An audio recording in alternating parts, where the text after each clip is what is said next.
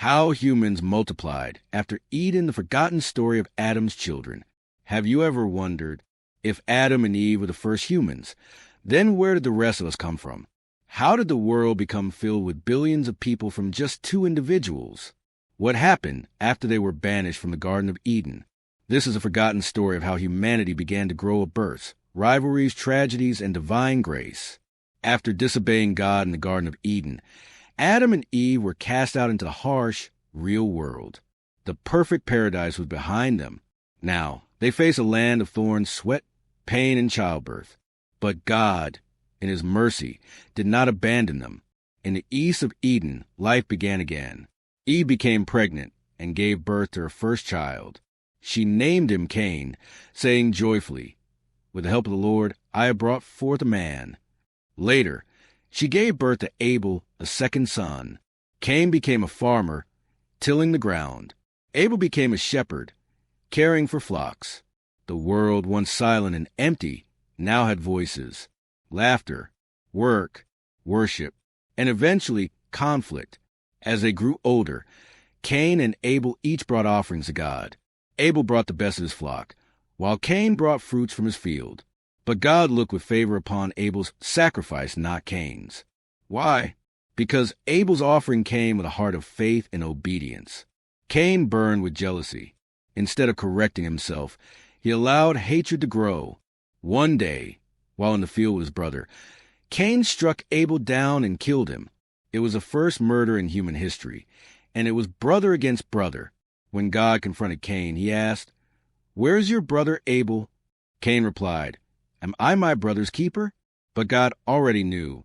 He said, "Your brother's blood cries out to me from the ground." Cain was cursed and driven to wander, a restless soul marked by his own guilt. Yet still, even then God showed mercy by placing a marked protection on him. Many stop the story here, but that is only the beginning. After Abel's death and Cain's exile, Adam and Eve were devastated, but God was not done with them. In Genesis 4, verse 25, we read, "Adam made love to his wife again, and she gave birth to a son and named him Seth, saying, 'God has granted me another child in place of Abel.'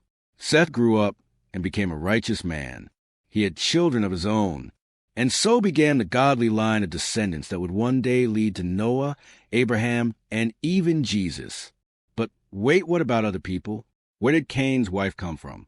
Who did Seth's children marry? Genesis 5, verse 4 provides the answer. After Seth was born, Adam lived 800 years and had other sons and daughters. Yes, Adam and Eve had many, many children, both male and female. They lived long lives. Adam lived 930 years. Their sons and daughters intermarried with each other. It may sound strange to us today, but in those ancient days, human genetics were still pure and uncorrupted by centuries of mutation.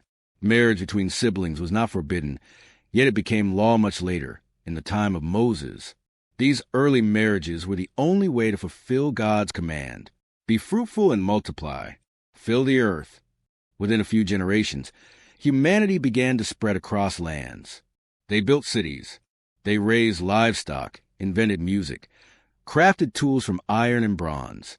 The descendants of Adam filled the earth with skill, culture, and belief. Some walked with God like Enoch, who never died but was taken to heaven. Others rebelled like Lamech, who boasted of his violence. And as people multiplied, so did sin until the world was ready for a great flood. But that's a story for another time. So now you know, the children of Adam and Eve weren't just Cain, Abel, and Seth.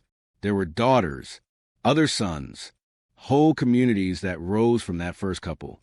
And through this one family, God began His plan to fill the world, not just with people, but with hope, redemption, and the coming of a Savior.